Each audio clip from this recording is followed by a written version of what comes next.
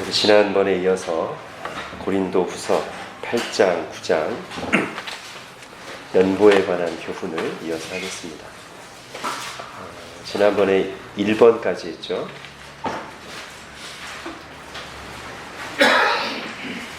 바울이 마게도냐 교회 모범을 들어서 1년 전부터 연보를 약정하고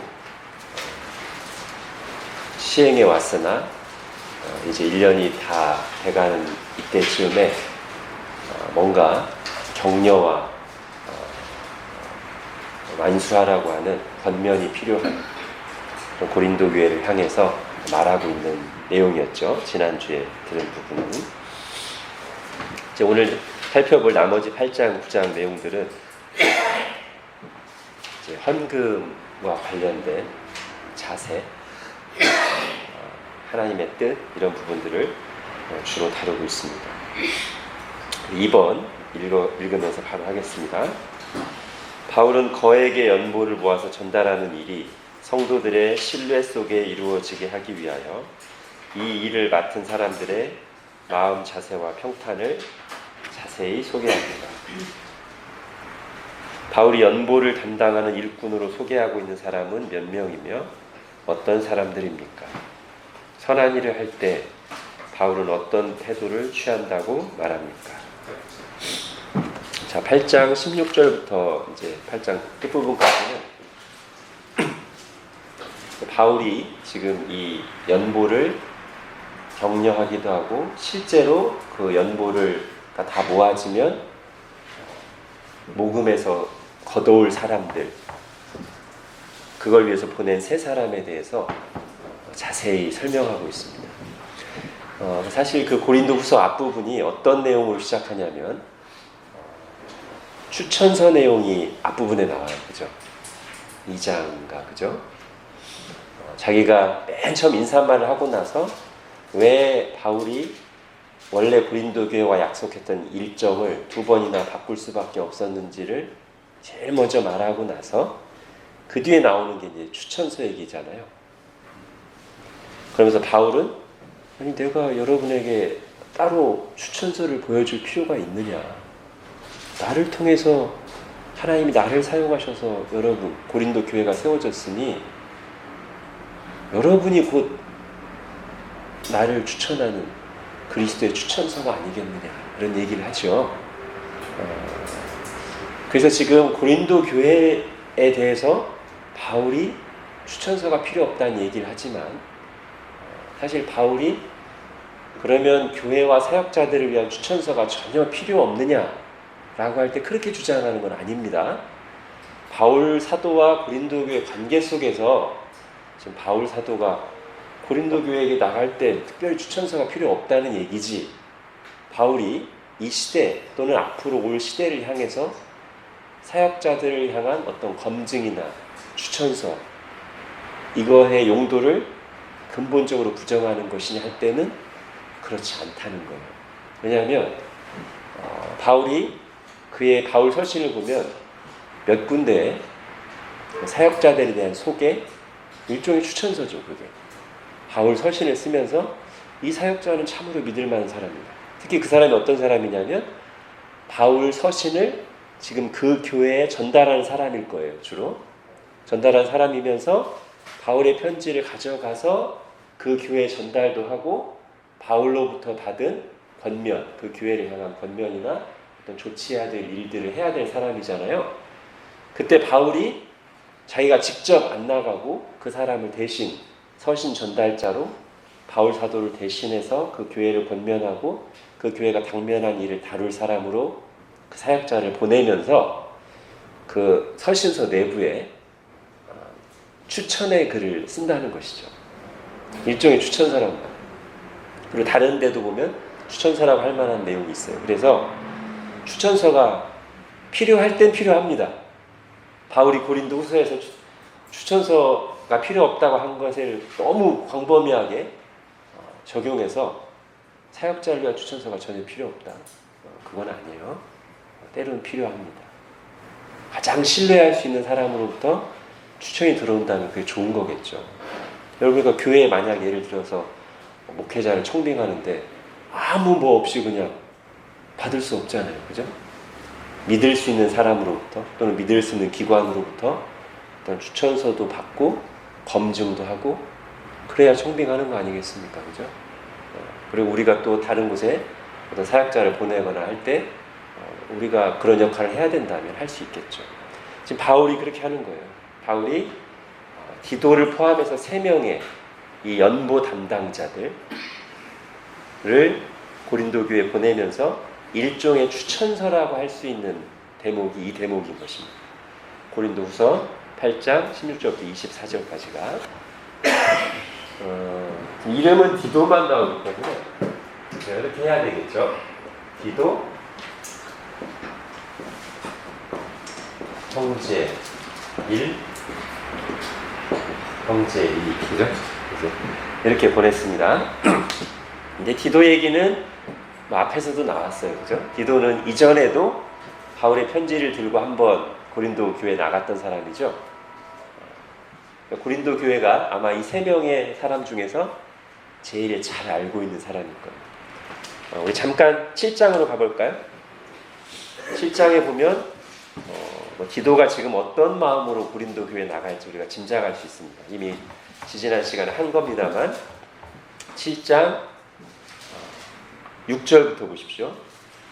바울의 편지와 권면을 들고 갔던 디도가 돌아왔어요. 7장 6절에 디도가 오므로 우리가 위로를 받았는데 디도가 어떤 상태로 왔습니까? 그가 너희에게서 받은 위로, 그죠? 고린도 교회에 나가서 디도가 고린도 교회가 자기를 잘 맞아주고 바울이 보낸 편지를 간절함을 가지고 실천하려고 하고 바울 일행을 향한 사모함과 애통함과 열심히 있는 것을 보면서 디도가 큰 위로를 받았단 말이죠. 디도가 기쁨 가운데 돌아왔단 말이에요. 그래서 바울이 이제 연보 담당자로 누구를 보낼까 할 때 9장 이제 8장으로 와서요. 8장 16절 보십시오.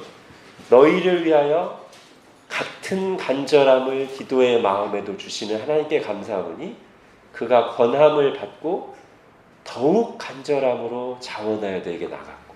그러니까 바울이 먼저 얘기는 했을 거예요. 디도 목사님 또는 디도 형제님 연보 이 일을 위해서 고린도 교회로 이번에도 좀 나가주시겠습니까? 했을 때 디도가 바울과 아마 같은 심정이고요. 그럼요. 제가 아니면 누가 가겠습니까?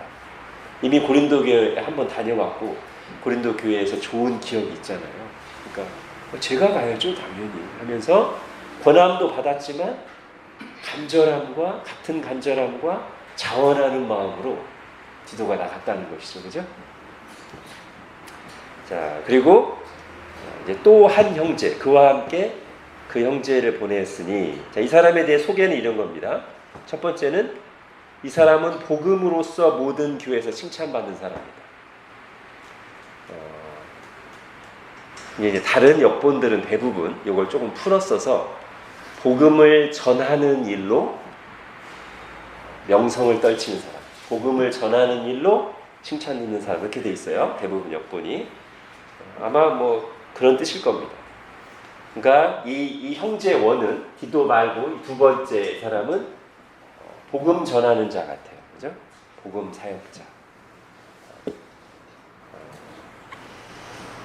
그러면서 19절에는 이뿐 아니라 그는 동일한 주의 영광과 우리의 원을 나타내기 위하여 여러 교회의 택함을 받았어요. 여러 교회로부터 추천받은 사람이에요. 바울과 함께 할 사람으로 여러 교회가 이 형제를 데려가십시오. 이 형제가 당신하고 동역하면서 이 일을 하기에 합당합니다. 라고 추천받은 사람이에요. 복음을 아주 잘 전해서 이미 이름이 난 사람이고 여러 교회로부터 신뢰할 수 있는 사람으로 이 일을 맡길 사람으로 추천받은 사람이에요. 뭐 스데반이나 빌립이 생각나기도 합니다. 그죠?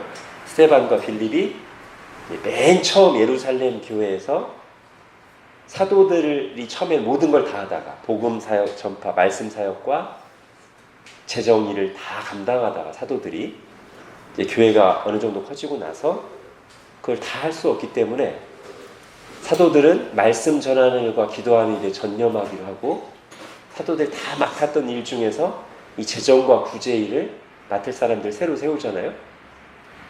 그래서 이 사람들이 이제 집사의 후시라고 하지 않습니까? 집사라는 말은 안 나오지만 사도행전에는. 근데 아무튼 이 사람들을 할 때 너희 중에서 성령과 지혜가 충만하여 칭찬 듣는 사람 7을 택하라. 교회로부터 인정받고 칭찬을 받는 사람들이었어요. 그런데 막상 이 사람들에게 그 일을 맡기려고 세워놨는데 우리가 사도행전에 보면 그 중에 스데반과 빌립은 맨 처음에 교회로부터는 인정을 받고 칭찬을 받고 신뢰를 받는 사람으로서 재정과 구제를 담당하도록 세움도 받았지만 말씀 사역을 또 탁월하게 하는 사람들이었죠. 스데반과 빌립은. 스데반은 말씀을 전하다가 이제 죽었고 빌립은 그 뒤에 아예 이제 그의 공식 직분은 복음 전도자로 사도행전에 나옵니다. 집사라고는 안 나와요. 사도행전에 전도자, 복음 전하는 자가 돼서 나중에 사마리아를 개척하고 유대 지역을 돌아다니면서 복음을 전하지 않습니까? 그래서 이 형제원이 약간 그거랑 비슷한 느낌이에요. 그죠? 지금 재정 일을 하도록 여러 교회로부터 추천을 받았지만 또 한편으로는 복음 전하는 일로 여러 교회에서 칭찬을 받는 사람이었습니다. 그 사람을 함께 보냈고요. 그 다음에 세 번째는 22절에 나오죠. 좀 더 간결하게 22절에 또 그들과 함께 우리의 한 형제를 보내었습니다. 형제 2. 이 사람은 여러 가지 일에 간절한 것을 여러 번 확인하였거니와. 이 간절한 것을 다른 역보는 뭐 열정, 열심 이렇게 많이 번역했습니다. 여러 가지 함께 교회 일을 해보니까 사역을 해보니까 여러 일에 굉장히 열심을 가지고 하더라. 충성스럽게 열심을 가지고 했어요. 그거를 확인했어요. 그러니까 검증된 사람이에요. 바울 사도와 그 일행들 속에서 함께 일을 하면서 말로만이 아니라 실제로 일을 하면서 검증된 사람이어서 이제 지금 이 일은 큰 일이잖아요. 마게도냐 와가야에 있는 이방 교회들의 거액의 연보를 맡아서 먼 길을 가서 이방 교회들을 대표해서 예루살렘 교회 전달하는 이건 굉장히 큰 일이지 않습니까? 국제적인 일이잖아요. 그러니까 그 이전에 다른 작은 일들을 하면서 확인이 된 것이죠. 이 사람의 믿음과 깨끗한 양심과 신실함과 열정, 충성스러움이 검증이 돼서 이제 이 크고 중요한 일에 바울이 기꺼이 이 일을 맡을 사람 중에 한 사람으로 이제 보내면서 추천하는 것이죠. 그러면서 이 세 사람을 이렇게 한 명 한 명 설명한 뒤에 마지막 또 덧붙이죠. 추천서의 마무리 단계에서 23절에 기도로 말하면 나의 동료요 너희를 위한 나의 동역자. 기도는 나 바울의 동료다. 나와 함께하는 사람이고 너희를 위한 특별히 고린도 교회를 위한 나의 동역자다. 고린도 교회를 함께 섬기는 사람이다. 그렇게 설명하고 이 말은 뭐 바울이 말하지 않아도 이미 기도가 그 이전에 갔다 왔기 때문에 고린도 교회도 충분히 동의하고 아는 내용이죠. 그리고 우리 형제들, 그 뒤에 두 형제들로 말하면 여러 교회의 사자들이요 그리스도의 영광이다. 이렇게 다시 한번 이들을 칭찬하고 추천하는 것으로 16절부터 24절까지 추천서를 마무리하고 있습니다. 자, 그러면서요 이렇게 세 명의 사람을 추천하는 내용이면서 여기에 어떤 우리에게 신앙의 원리에 해당되는 내용이 하나 들어가는데 20절, 21절이죠. 우리 같이 한번 읽어볼까요? 시작. 이것을 조심함은 우리가 맡은 이 거액의 연고에 대하여 아무도 우리를 비방하지 못하게 하려 함이니 이는 우리가 주 앞에서뿐 아니라 사람 앞에서도 선한 일에 조심하려 합니다. 예. 선한 일을 하는데 좋은 일을 하는데 어떻게 하겠다는 거예요? 조심하는 거예요. 다른 말로 하면 잘이죠. 쉬운 말로 잘. 그러니까 선한 일을 하는데 주님 앞에서 옳은 일, 주님이 기뻐하신 일을 하는데, 주님이 기뻐하신 일을 하니까 그냥 은혜로 한다고 하면서 주먹구구식으로 대충 하는 게 아니라 잘 조심해서, 특히 지금처럼 이런 거액의 연보를 다루는, 선한 의도로 했다가 자칫하면 사람들에게 시험거리가 될 수 있는 이런 일을 할 때는 더욱 조심한다는 거예요. 그러면서 이것을 이제 어떻게 표현하냐면,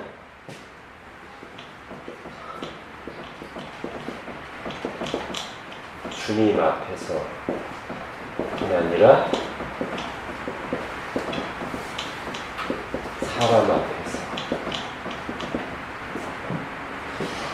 그러니까 우리가 선한 일을 할 때, 특히 이런 일들을 할 때 주님 앞에서, 이게 사실은 이게 제일 중요한 거죠.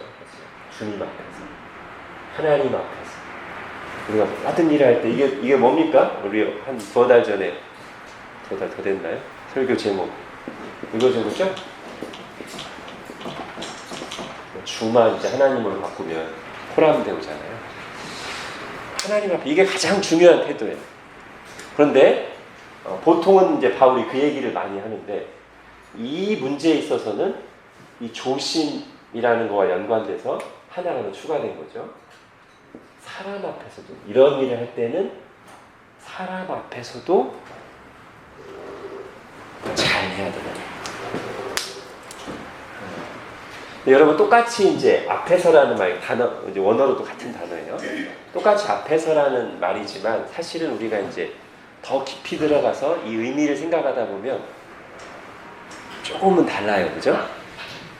똑같이 앞에서지만 주님 앞에서 내가 이 일을 한다고 할 때 하고, 사람 앞에서라고 할 때 그 적용점이 다르단 말이에요. 그러니까 우리 주님 앞에서 우리가 모든 일을 한다고 할 때는 나의 모든 것을 다 보고 계시고 나를 최종적으로 판단하신, 나의 생사와 복이 주관자이신 하나님 앞에서, 일단 그런 뜻이 있어요. 그죠? 근데 사람 앞에서는 그런 의미가 들어가면 안 돼요.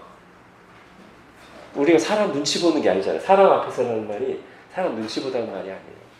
근데 주님 앞에서는 주님 눈치 보는 거예요. 뭐 쉽게 말하면 나의 모든 것을 다 보고 계시고 나의 생사와 복을 주관하신, 나의 최후의 재판장이신 그분 앞에서.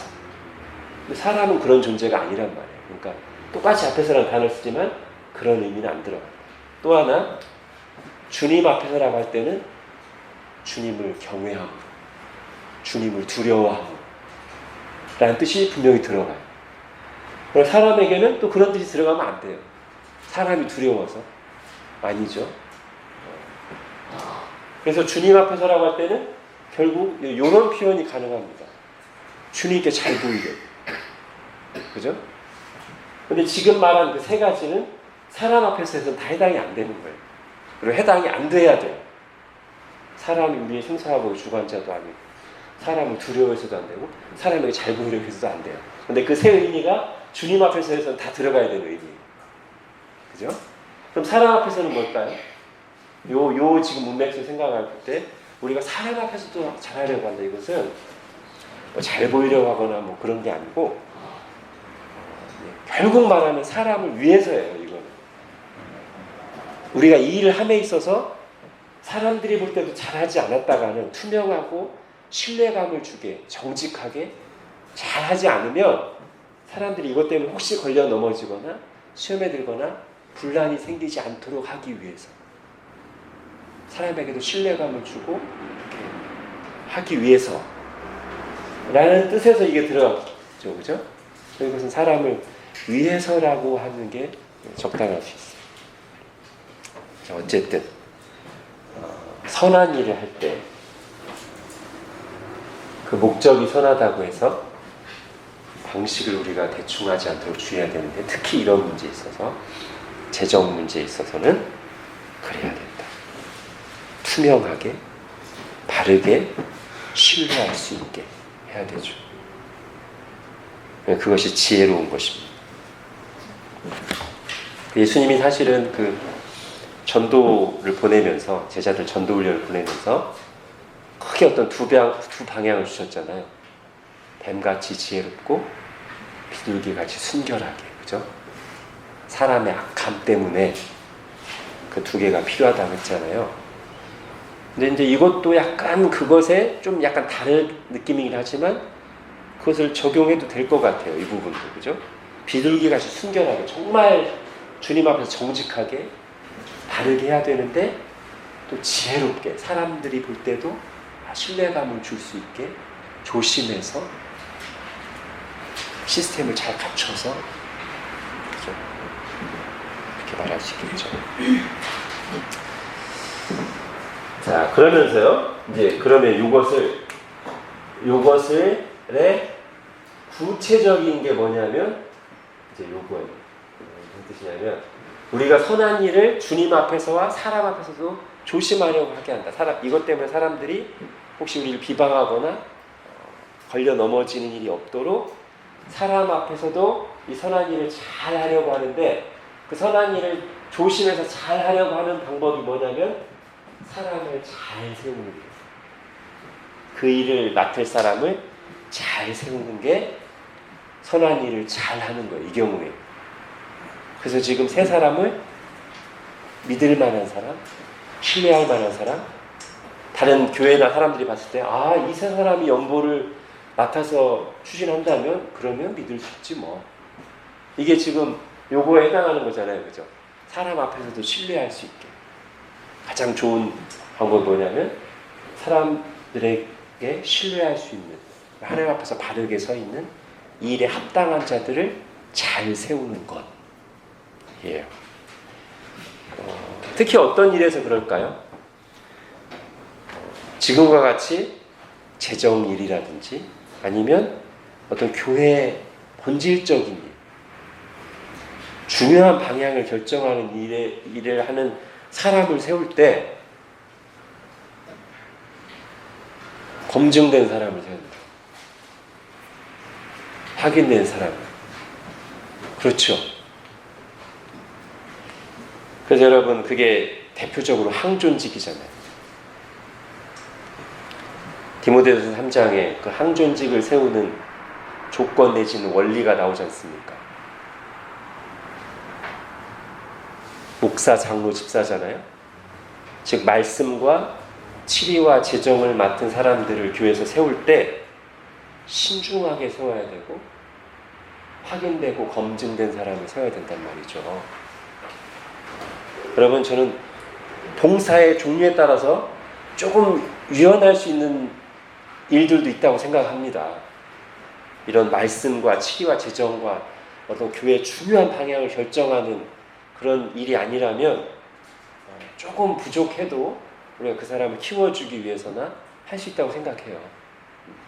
너무 막 경직될 필요는 없다고 생각해요. 그러나 이런 일, 항존직이나 어떤 교회의 중요한 방향을 결정하는 그런 일을 하는 사람을 세울 때는 우리가 잘 조심, 잘 신중하게 검증된 사람을 세워야지. 그래서 장로 직분에 대해서 얘기할 때 바울이 뭐라고 합니까? 디모데전 3장에서 새로 입교한 자도 말지니 그가 교만하여져서 마귀를 정죄하는 그 정죄에 빠질 거예요. 그죠?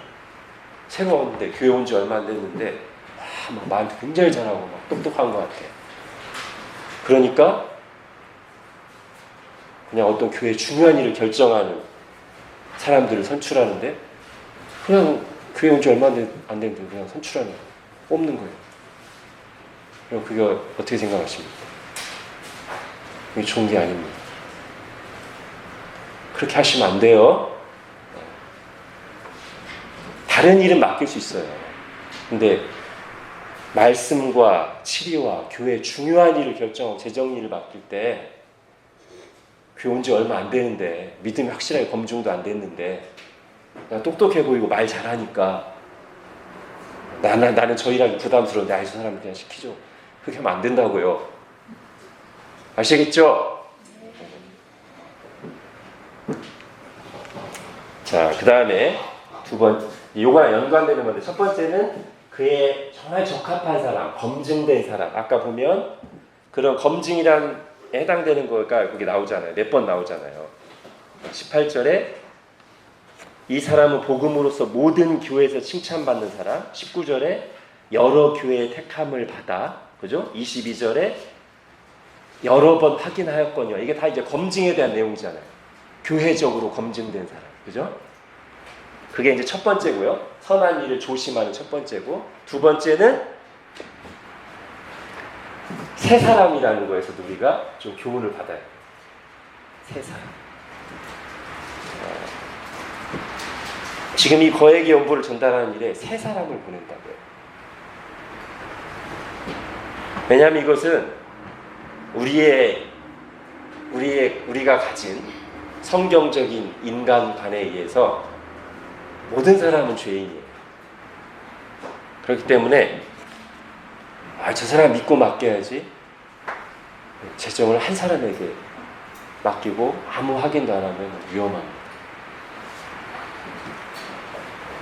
복수가 필요해요. 지금 3명을 보내지 않습니다. 디도는 믿을 만한 사람이에요. 바울도 신뢰하고 고린도 교회도 신뢰하는 사람이에요. 그러나 디도만 보내지 않죠. 신뢰할 수 있는 사람 2명을 더 보내요. 복수로. 그래야 돼요. 여러분, 예루살렘 교회의 경우에도 아까도 말씀드렸지만 처음에는 12명의 사도들이 말씀과 치리와 재정 구제를 다 담당했어요. 그때도 복수였죠.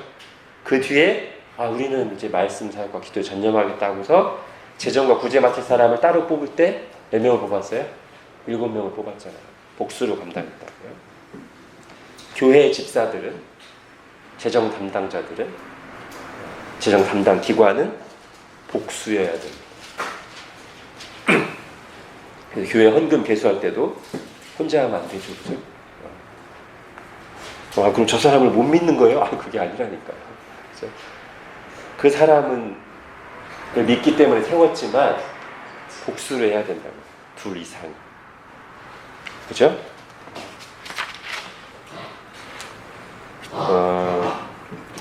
디모데서 3장에 집사 직분에 관한 조건에는 이제 그런 부분들이 들어 있습니다. 더러운 일을 탐하지 아니하고 깨끗한 양심에 이에 이 사람들을 먼저 시험하여 보고 그리고 나서 집사 직분을 맡게 할 것이요. 이런 부분에서 검증이 안 된 사람 또는 문제가 있는 사람은 집사 직분을 세우면 안 된다는 것이죠.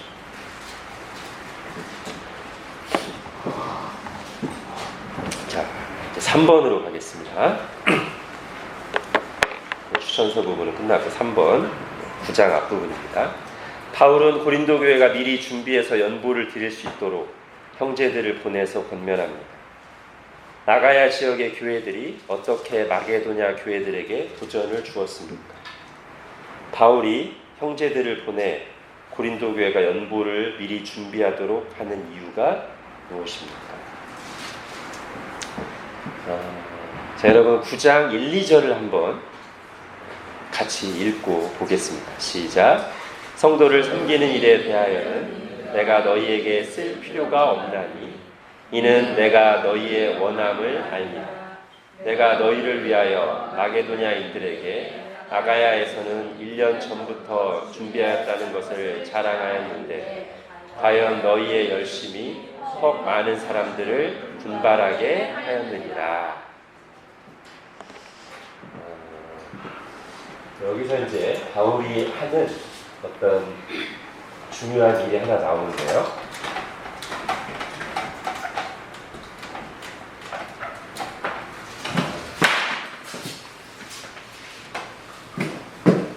여기 마게도냐 교회가 있잖아요. 지도는 따로 그리지 않겠습니다.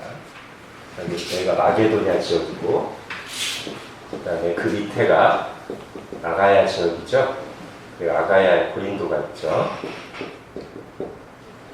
그리고 쭉 이제 터키 반도를 지나서 쭉 내려가면 여기 지중해고, 여기에 이제 예루살렘 교회가 있어요. 예루살렘 교회, 마게도냐 교회.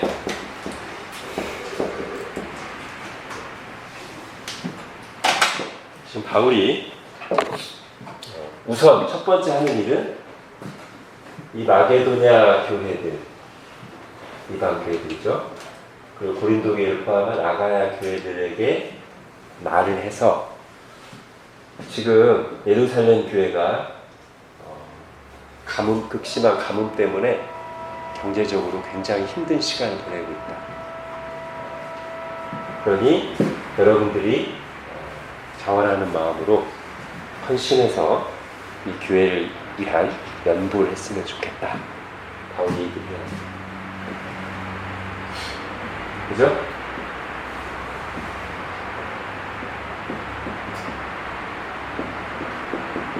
자, 이 일을 누가 추진한 겁니까?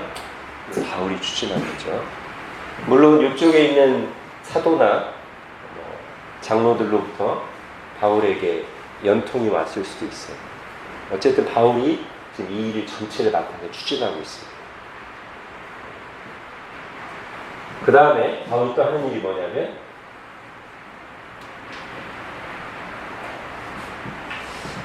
8장 1절에서는 8장 1절 9절에서는 바울이 뭘 했냐면 마게도냐 교회의 모범을 예로 들어서 고린도 교회를 도전했어요. 그죠? 고린도 교회에게 도전을 줬어요.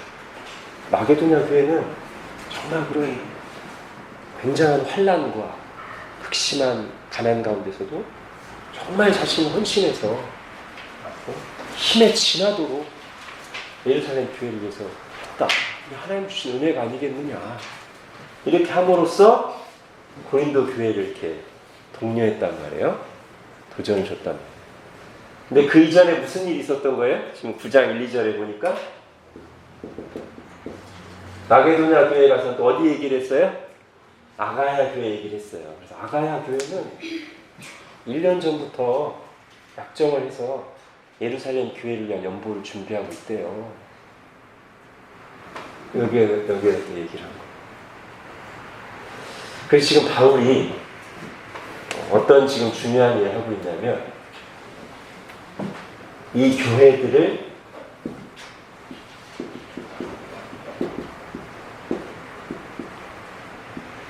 이 일을 하고 있습니다.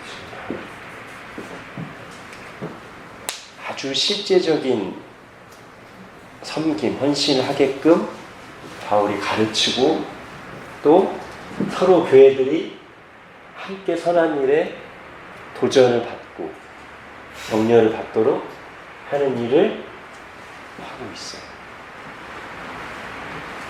그렇죠? 교회에 대한 우리의 신앙 고백을 바울이 지금 굉장히 실제적으로 적용하는 거죠. 교회에 대한 우리의 신앙 고백이 뭡니까? 사도신경에 나오는 거룩한 공예와, 여러분 했으니까 이해를 좀 하시죠. 성령을 입사하며 거룩한 공예와, 이거 풀었으면 뭐였습니까? 하나의 거룩한 보편적인 교회를 우리가 믿습니다 라고 고백하는 거잖아요. 예배 드릴 때마다 신앙 고백으로. 주님이 세우신 교회, 그리스도를 머리로 하는 교회는 하나의 교회고 거룩한 교회고 보편적인 교회다. 바울이 지금 말하자면 이거를 적용시키는 거죠. 우리는 비록 지역적으로는 떨어져 있지만 그리스도 안에서 하나다. 그리스도를 머리로 하나의 연합된 교회다. 근데 여기는 유대인 교회로 알려져 있고 여기는 유대인들이 오랜 시간 동안 편견을 가지고 사람 취급하지 않았던 이방인들인데 그리스도께서 부르신 교회이니 이제 우리가 이 신앙 고백에 합당하게 이방인 교회가 어려움을 당한 예루살렘 교회를 도우면서 우리가 정말 그리스도 안에서 하나라는구나라는 것을 아주 실제적으로 확인하는 기회가 되었으면 좋겠다. 그걸 우리가 우리 자신도 확인하고 세상에 보여주고 싶다. 바울에게 그런 거룩한 소원이 있는 것이죠. 그러면서 그 일을 실제적으로 추진할 때 이제 이 두 교회들을 또 서로 정보를 바울이 중간에 메신저가 돼서 이 교회에게는 저 교회 소식을 알리고 저 교회에게는 이 교회가 어떻게 잘하고 있는지를 알리면서 서로 도전받고 격려받던 이렇게 하는 것이죠. 우리에게 이제 적용한다면 선교지나 다른 교회나 다른 지체의 어떤 아름다운 헌신의 이야기, 상황들을 들을 때 우리는 어떻게 반응하는가? 이게 이제 여기에서 이제 하나의 적용점이 될 수 있어요. 그렇죠? 선교사님이 와서 지난주에도 선교사님이 한 분 오셔서 말씀 전하셨잖아요. 선교사님들이 오시면 거의 항상 선교지 소식을 전하시죠.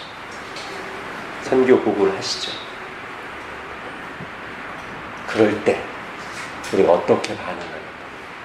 또는 다른 교회의 어떤 좋은 헌신의 소식, 좋은 얘기를 들었을 때, 또 이번에 우리가 캄보디아 아울리치를 가서 거기서 정말 우리에게 도전과 감화를 주는 모습들을 보고 왔고, 또 그렇게 또는 캄보디아 다녀온 지체들로부터 여기서 기도해 주셨던 지체들이 그 얘기를 들었을 때,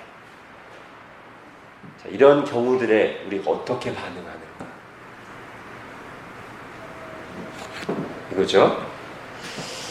저는 그럴 때 두 가지가 필요합니다.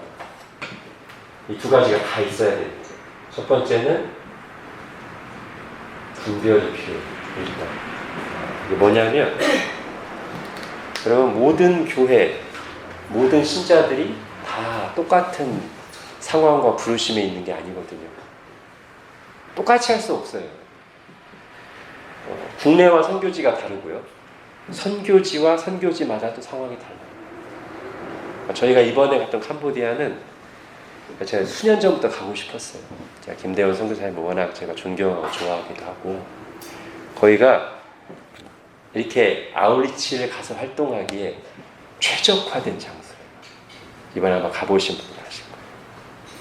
심지어 거기가 불교가 국교인 나라인데, 그런 나라의 공립학교에서 대놓고 전도 행사를 하고 찬양을 틀어놓을 수도 있다니까요.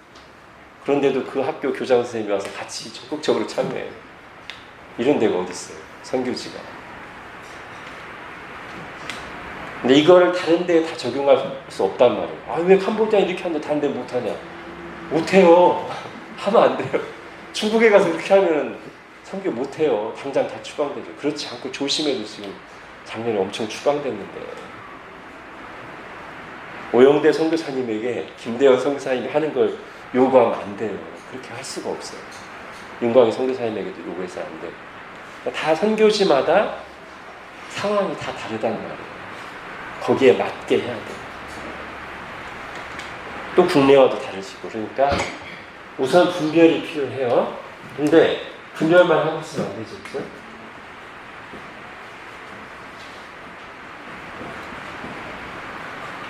똑같이 할 수는 없지만 우리 이럴 수 있잖아요. 어떤 모습을 딱 보고서는, 와, 저들은 저런 상황에서 저렇게 예배하고, 저런 상황에서 저렇게 기도하고, 저렇게 헌신하고, 저렇게 전도하는데 나는, 우리 교회는 지금 이 상황에서 어떻게 해야 될까? 나는 어떻게 이곳에서, 나의 상황 속에서 예배하고 기도하고 헌신하고 전도할 것인가? 이건 받아야 되잖아요. 그죠?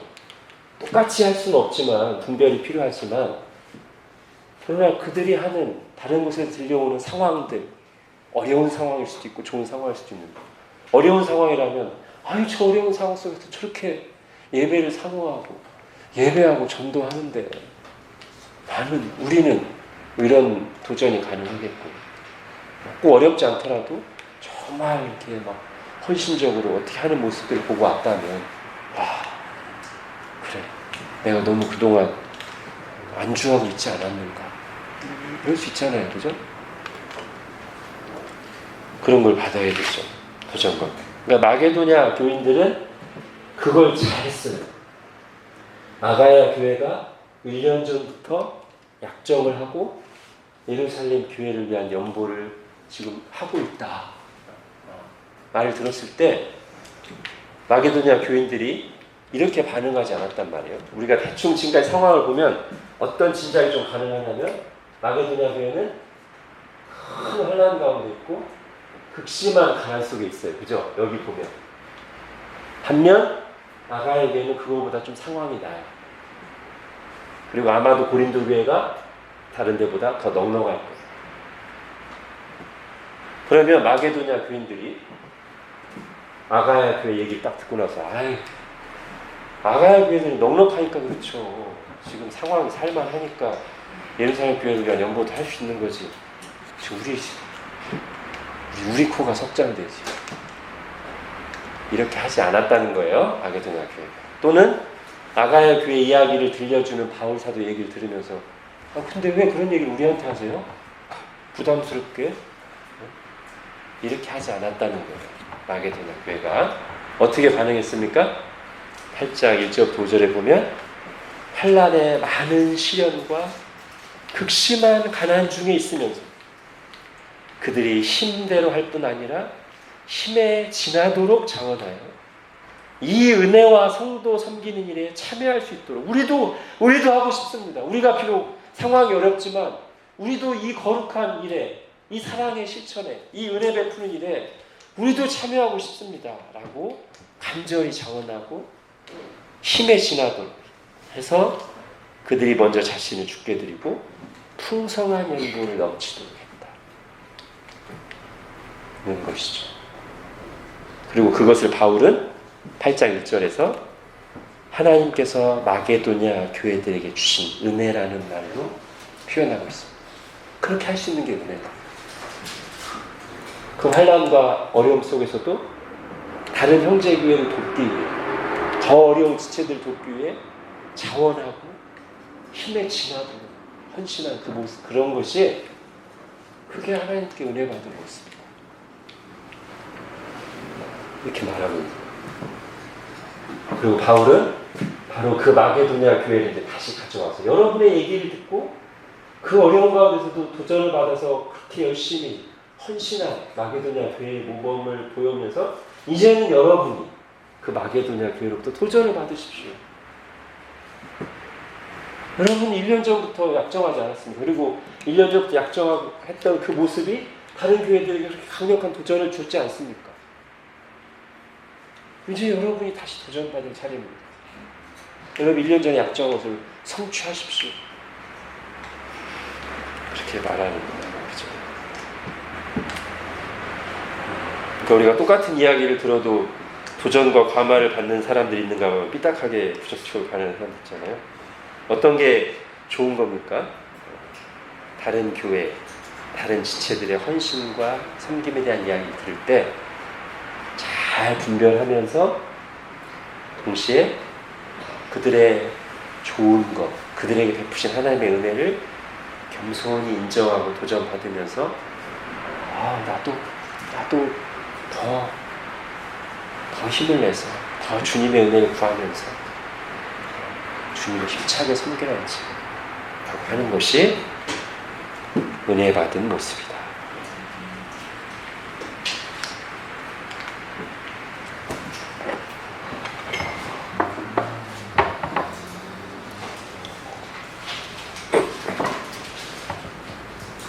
그럴 수 있기를 바랍니다.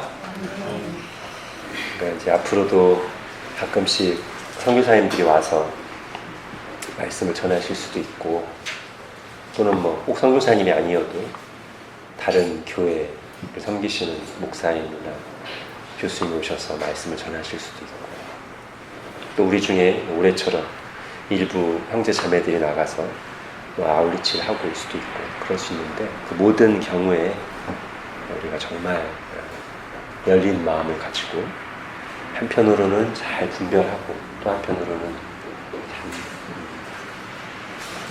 도전과 감화를 잘 받고 나누면서 더 이제 지금 내 상황 속에서 더 하나님을 잘 섬겨야 되겠다 하는 쪽으로 적용이 간다면 하나님이 정말 기뻐하시고 더 은혜를 주실 것 같아요. 자, 이제 4번, 마지막 4번 하겠습니다. 바울은 성도들의 사랑의 연보가 가져올 복된 결과들을 찬송을 부르듯이 설명합니다. 이제 9장 6절부터 10절, 15절까지는 마치 막 찬송 같아요. 하나님이 여러분들의 연보, 이 사랑의 연보, 믿음의 연보를 사용하셔서 앞으로 이런 일들을 이루시고 우리에게 은혜를 베푸실 것이다를 찬송하듯이 얘기하고 있습니다. 자, 하나님께서는 어떤 마음으로 드리는 사람을 사랑하십니까?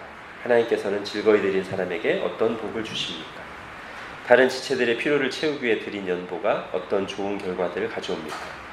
여기서 알 수 있는 하나님께서 고난 중에 있는 사람의 필요를 채우시는 가장 열매 있는 방식이 무엇입니까? 자, 우선 첫 번째 우리 7절 같이 읽어볼까요? 시작. 각각 그 마음에 정한 대로 할 것이요 인색함으로나 억지로 하지 말지니 하나님은 즐겨내는 자를 사랑하시느니라. 예. 고린도후서 8장 9장이 앞에서 몇 번 말씀드렸듯이 좁게는 헌금하는 자세, 조금 더 확장시키면 헌신하는 자세를 잘 보여주는 내용들이 들어있죠. 그 중에 여기에 하나님이 기뻐하지 않으시는 것 두 가지가 나와요. 첫째가 인색함, 억지로. 하나님께 재물을 드리든 시간을 드리든 뭘 헌신하든 간에 인색함으로, 억지로. 표준 세번역은 아까워하면서, 마지못해서. 이것도 상당히 와닿는 표현입니다. 그것은 하나님이 기뻐하시는 신앙의 태도가 아니라는 것이죠. 뭘 드리든 간에 인색함, 억지로, 아까워하면서, 마지못해서.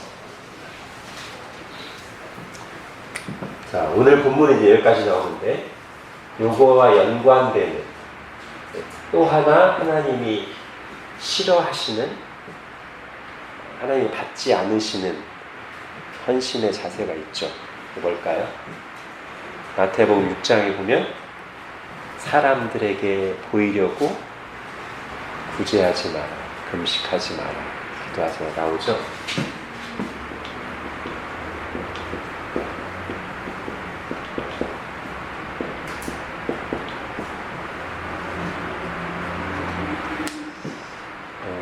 근데 이게 연결돼 있어요. 그죠? 이게 인색함으로 억지로는 지금 하기 싫은 거잖아요. 하기 싫은데도 왜 하는가? 이것 때문에. 그 대표적인 예가 누굽니까? 사도행전 5장에 나오는 아나니아와 삽비라. 아나니아 삽비라가 일부를 감췄단 말이에요. 아까워하면서. 아까 인색함이 아까워하면서 마지못했는데 일부러 감췄어요. 근데 그럴 거 뭐하러 했냐는 거예요. 그게 이것 때문에 앞에 바나바가 자기의 막 많은 재산을 딱 팔아서 딱 쾌척하고 드리니까 와 교회에서 막 인정받고 막 하니까 그런 분위기가 딱 되니까 나도 하긴 해야 되겠는데 아깝고 마지못해서 하는데 다 드릴 수는 없고, 그러니까 거짓말을 포함해서 드린 거죠. 이게 섞여 있는 거예요. 그죠? 그리고 아나니아와 삽비라가 당한 일은 하나님이 이런 식으로 하나님께 드리는 것을 참 싫어하신다는 것을 분명하게 보여주죠. 하나님 어떤 자를 사랑하십니까? 심지어 사랑하시네요. 그죠? 하나님은 즐겨내는 자를 사랑하시는 굉장히 강렬한 표현이죠. 하나님은 즐겨내는 자를 사랑하시는, 즐거이 헌신하는 자, 재정이든 시간이든 자기의 은사와 재능이든 즐거이 주님께 드리는 자를 하나님 사랑하시는 줄 감동이 되지 않습니까?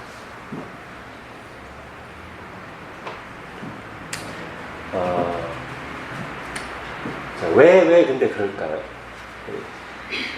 여기에는 지금 뭐가 다 빠져 있냐면 하나님이 우리에게서 찾으시는 것, 가장 본질적인 것 빠져 있는데 대략 이 세 가지를 정리하면 큰 무리가 없을 것 같아요.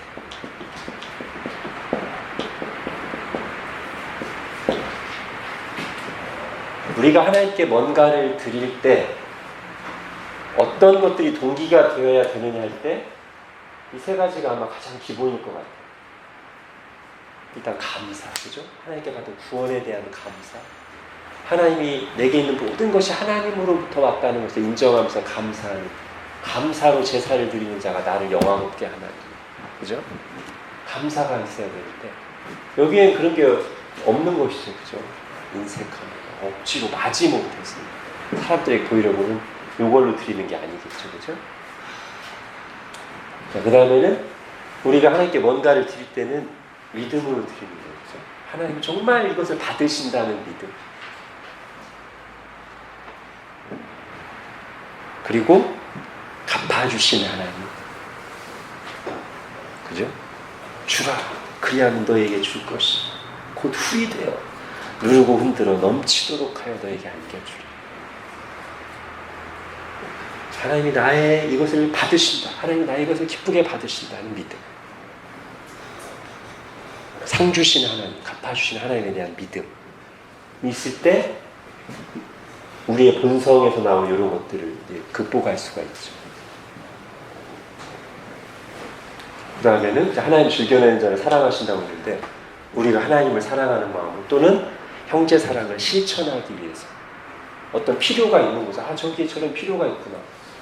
저기에 뭐가 필요했는데 내게 있는 걸 드린다면 하나님이 사용하시겠구나.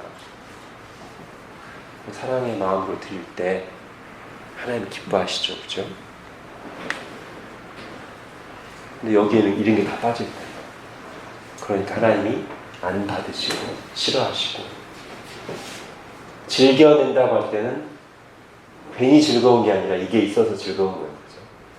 감사하니까 하나님으로 왔다고 인정하니까 하나님 나를 받으신다고 믿고 갚아주시고 상 주신 하나님을 믿으니까 하나님을 사랑하고 내가 사랑으로 다른 사람에게 나누고 다른 사람의 필요를 채워주고 싶으니까 하나님이 내 마음을 그렇게 감동하시고 움직이신다고 생각하니까 즐거이 드리는 것이고 하나님 그것을 기쁘게 받으신다. 여러분 이런 마음으로 드리는 사람하고 이런 상태인 사람하고 고민하는 바가 틀릴 것 같아요. 그렇죠? 여기는 어떻게 하면 좀 적게 드릴 수 있을까? 어떻게 하면 좀 피해갈 수 있을까? 어떻게 하면 좀 편하게 신앙생활 할 수 있을까? 그렇죠? 여기에 이쪽의 고민은 내가 어떻게 하는 것이 주님이 기뻐하시는 걸까? 지금 주님이 내게 원하시는 게 뭘까? 어떻게 더 온전히 순종하고 주님께 드려진 삶을 살 것인가? 어떤 고민할 때 우리가 행복할까요? 그죠? 이 고민할 때 우리가 행복하지 않을 것 같아요. 그죠?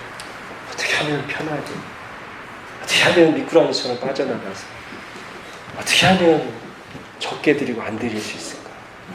이런 마음이 우리가 신앙생활하는 동안에 그게 내 주된 거라면 늘 부담감만 있고 행복하지 않을 것 같아요. 그러나 우리의 고민 자체가 어떻게 하는 것인가? 주님을 더 기쁘시게 할까? 어떻게 더 잘 살아갈 것이고 어떤 게 바른 신앙의 길이고 더 온전히 순종하는 길인가? 이게 우리의 고민이라면 행복할 것 같아요. 그리고 이 차이는 이제 언제 드러날까요? 이게 언제 드러날까?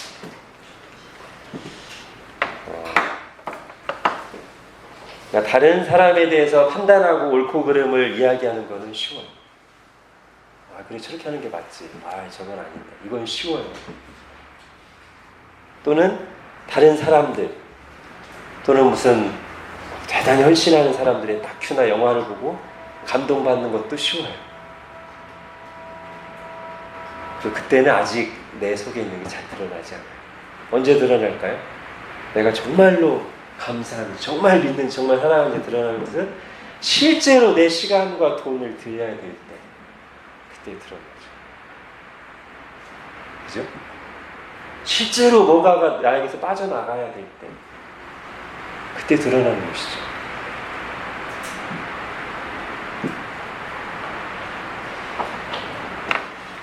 우리가 그때 이제 우리의 모습이 뭐 어떤 모습으로 드러나든 간에 그 모습 그대로 이제 하나님께 나가서 즐거이 드리는 마음이 내 속에 있다면 감사하면서 더 드리면 되고요. 그렇지 않다면 하나님 저 불쌍히 여겨주십시오 라고 하면서 은혜를 구해야 되겠죠. 자, 조금 더 구체적인 걸 한번 생각해 보겠습니다. 인색함으로나 억지로 하지 말고 즐겨내는 자를 사랑한다고 하셨는데, 인색함이 아니라 즐겨낸다는 것은 어떤 것일까? 할 때 절대적인 양을 말하는 것은 아니다. 절대적인 양이 아니고 자신의 상황에서의 마음과 믿음이 담긴 양이죠. 누구를 생각하면 됩니까? 2 렙돈을 드린 과부를 생각하십니다. 결국 렙돈은 말하자면 동전입니다. 그러니까 다른 많은 사람들도 그때 헌금을 했거든요. 예수님 보시는 앞에서. 그리고 그 과부도 헌금했는데 과부는 2 렙돈을 동전이었어요. 요즘 우리가 헌금 이제 주일날 딱 할 때 동전 넣는 사람 없잖아요. 거의, 그죠? 이 과부가 동전을 넣었다고. 그러니까 그날 헌금을 드린 사람들의 절대적인 양으로 보면 아마 제 생각으로는 가장 적은 양의 헌금을 드린 사람이 그 과부에 있을 가능성이 많아요. 절대적인 양으로 보면. 근데 주님이 뭐라고 하시죠? 이 사람이 여기 있는 모든 사람보다 가장 많이 드렸다. 왜냐하면 그는 절대적인 양은 작지만 다른 사람이 많이 가지고 있는 가운데서 부담 안 될 만큼만 형식적으로 드릴 때 이 과부는 자기의 전부인데 그게 자기의 내일을 하나님께 맡기고 자신의 마음과 삶을 드리는 마음으로 믿음으로 감사함으로 자기가 가진 것 전부를 하나님께 드린 거기 때문에 비록 그 절대적인 양은 아주 작지만 하나님 그것을 가장 많은 것으로 받으셨다. 그죠?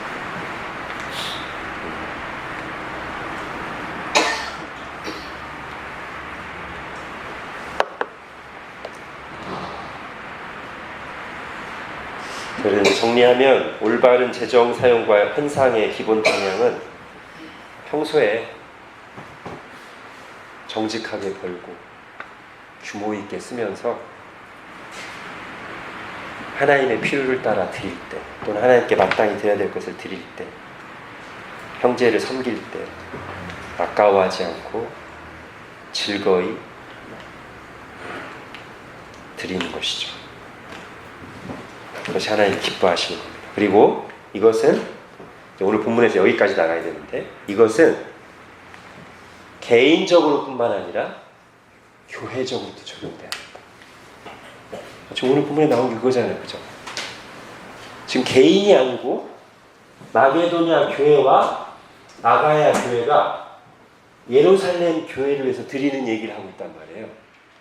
그러니까 지금 오늘 지금까지 말한 이 연보 또는 헌금 또는 헌신의 적용은 개인적으로도 반드시 적용돼야 되지만 교회적으로도 적용돼야 된다. 즉 우리 교회가 가진 것들, 사람, 은사, 물질 이런 것들이 하나님의 뜻이라면, 말씀의 원리에 따라, 또 우리가 기도하면서 성령님이 주시는 감동을 따라서 우리 교회만을 위해서가 아니라 다른 교회, 다른 지역 선교사님들, 그리고 하나님 나라 일을 위해서 쓰여지는 것이 바람직하다라고 생각을 우리가 해야 된다는 거예요. 그렇죠? 그게 오늘 말씀의 적용이잖아요. 아니 왜 우리 교회가 다른 교회 그거 해야 돼요? 그렇게 되면 오늘 말씀 적용이 제대로 안 된 거예요. 우리가 할 수가 있다면 어떤 소원을 가지면 좋겠습니까? 더 많은 좋은 선교사님들 후원 동역하고, 더 많은 미자립 교회를 후원 동역하고, 교회 연합 활동에서도 우리가 쓰임 받고, 또 이 아울리치도 나가고, 구제 활동도 하고. 우리 강릉 산불이 났잖아요. 올 총가요? 그때 총회에서 공문이 왔어요. 우리 교단 차원에서도 강릉 산불 때문에 이재민 난 사람들을 좀 돕고자 하니 지교회들이 좀 동참해달라. 우리 집사님들과 같이 얘기해서 일부 보냈습니다. 그게 이제 모아져서 우리 교단 이름으로 이제 강릉 이재민들에게 전달됐어요. 이런 것도 역시 포함되겠죠, 그죠? 제가 여기 이제 아울리치를 넣는 이유는 이제 제 개인적으로 이제 올 상반기 아울리치를 준비하면서 교회 에너지가 거기 많이 들어갔어요. 시간, 사람, 재정 여러 가지에서 거기 에너지가 많이 들어가서 제가 솔직히 잠깐 부담될 때도 있었습니다. 이거 저도 처음 하는 거거든요. 저도 아울리치는 이런 식의 아울리치는 처음 가봐서요. 기대감을 가지고 시작했는데 막상 하니까 이게 거기에 에너지가 너무 많이 들어가요. 교회 에너지가 다른 것을 잘 하기 어려울 만큼 약간 부담감이 솔직히 있었어요. 가서 이제 하나님이 하시는 일을 보고 많은 은혜를 보면서 에너지가 많이 들어가는 건 맞는데 그만한 가치가 있다. 그리고 하나님이 이것을 기뻐하신다. 라는 생각을 하게 됐습니다. 오늘 본문의 이제 적용 중에 하나라고 할 수 있죠. 사실 마게도니아 교회, 아가야 교회도 그런 거잖아요. 본인 교회들 문제가 아니라 저 멀리 떨어져 있는 예루살렘 교회의 필요를 채우기 위해서 본인들이 1년간 약정하고 애를 쓰고 힘에 지나도록 헌신하면서 본 교회의 살점을 떼준 거지 않습니까? 근데 그것을 주님이 기뻐하시는 일이라고 지금 바울이 말하고 있는 것이죠. 자, 그러면서 이제 이렇게 이건 이제 나머지는 성경 읽으면서 쭉 정리하겠습니다. 이렇게 하나님께 하나님의 뜻을 따라 드릴 때 그것이 어떤 결과를 우리에게 가져오는가에 대한 내용들이 이제 8절부터 15절까지 쭉 있는 겁니다. 그 중에 하나가 이제 1차적으로 일어나는 일은 12절이죠. 이 봉사의 직무가 성도들의 부족한 것을 보충한다. 그렇죠. 이걸 위해 산 거니까요. 다른 지체들 또는 다른 교회의 필요를 채우는 역할을 한다는 거예요. 이 헌신의 연보. 즉 하나님은 이런 식으로 하길 원하신다는 거죠. 하늘에서 뚝 떨어뜨려서가 아니라 하나님께서 우리에게 나눠주신 것들을 가지고 우리 마음을 감동하시고 말씀으로 깨우셔서 우리에게 있는 것을 가지고 다른 사람, 다른 교회의 필요를 채워주시고 또 어쩔 때는 반대로 우리가 이제 우리에게 어떤 필요가 있을 때 다른 사람들, 다른 교회를 통해서 채워주시고 하는 것이 하나님의 방법이고 하나님 가장 기뻐하시는 원리라는 것. 왜냐? 그렇게 할 때 그런 식으로 필요가 채워질 때 어떤 일이 더 중요한 일들이 따라옵니까? 12절에 이어서 사람들이 하나님께 드리는 많은 감사로 말미암아 넘쳤느니라. 11절에도 뒷부분에 그들이 우리로 말미암아 하나님께 감사하는 것이라. 13절에도 뒤에 보면 너희의 후한 염모로 말미암아 하나님께 영광을 돌리고, 15절에 말할 수 없는 그 인사로 말하면 하나님께 감사하는. 이게 그런 식으로 하나님 우리의 필요가 채워질 때 교회적으로 하나님을 향한 감사와 영광이 풍성하게 올라갑니다. 그리고 또 어떤 일도 일어나요? 14절 또 그들이 너희를 위하여 간구하며 하나님이 너희에게 주신 지극한 은혜로 말미암아 너희를 사모하느니라. 예, 이런 일도 또 일어나요. 교회 간에 서로를 위해서 이제 기도하게 되고 사모하게 되는 이런 실제적인 연합이 일어나요. 그 이전까지는 이론적으로 그래 마게도냐 교회도 주님 안에서 우리와 하나 된 교회고 아가야 교회도 우리와 주님 안에서 하나 된 교회지 머리로 알고 있었어요. 근데 마게도냐 교회, 아가야 교회가 그렇게 헌신해서 자기들의 연보를 줬다는 딱 받았을 때 예루살렘 교회가 그렇구나. 이게 정말 형제의 사랑이구나. 이게 정말 교회가 하나 되는 뜻이구나 생각하면서 정말 하나님이 이방 교회도 은혜를 주셨구나 생각하고 그들을 사모하기도 하고 그들을 위해서 기도하기도 하고 진심으로부터 우러나와서 이런 일들이 일어납니다.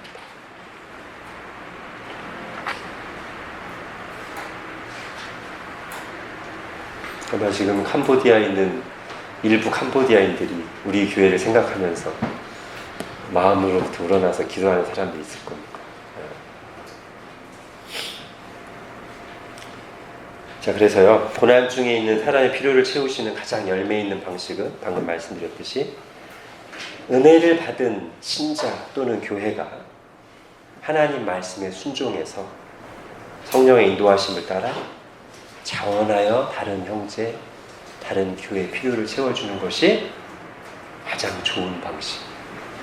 거기에 사랑의 기쁨이 있고 하나님께 올려지는 감사와 영광이 있고 교회와 지체 간에 실제적인 연합과 성도의 교제가 일어나고 또 하나님이 그걸 기쁘게 받으시고 우리를 채워주시고 하는 일들이 연쇄적으로 일어나기 때문에 이게 하나님이 가장 기뻐하시는 방법이고 우리에게도 가장 유익하고 풍성한 방식이다. 그러나 만약에 그렇지 못할 때는 어떻게 될까요? 그때는 하나님께서 당신의 백성들을 채우기 위해 다른 방식을 사용하실 수 있어요. 우리는 또 그건 믿어야 돼요. 사람들로부터 우리가 체험받지 못할 때 하나님이 채워주실 것이다 라는 믿음은 있어야 돼요. 다만 그게 가장 좋은 방식은 아니다고 생각하는 겁니다. 예를 들면 엘리야를 채워주신 방식 두 가지라고 생각해보세요. 하나는 그리 시냇가에서 까마귀를 통해 채워주신 방식이죠. 또 하나는 사르밧 과부에 가서 거기 계속 머물면서 사르밧 과부를 통해서 계속 공급받은 게 있어요. 자, 어떤 게 더 놀랍고 기적적입니까? 까마귀가 물어다 주는 게 훨씬 더 신기하고 사람들한테 얘기할 때 진짜 내가 그리 시냇가에 있는데 매일 아침 까마귀가 물고 와가지고 그렇죠. 근데 여러분 어떤 게 더 풍성하고 좋은 겁니까? 사르밧 과부를 통해서 사르밧 과부도 은혜 받고 하나님께 쓰임 받고 기쁨과 감사가 넘치고 엘리야를 통해서 영적인 공급을 받고 하나님 갚아주시고 엘리야도 그리 시냇가에 있을 때보다 훨씬 더 인격적인 섬김을 받은 거잖아요.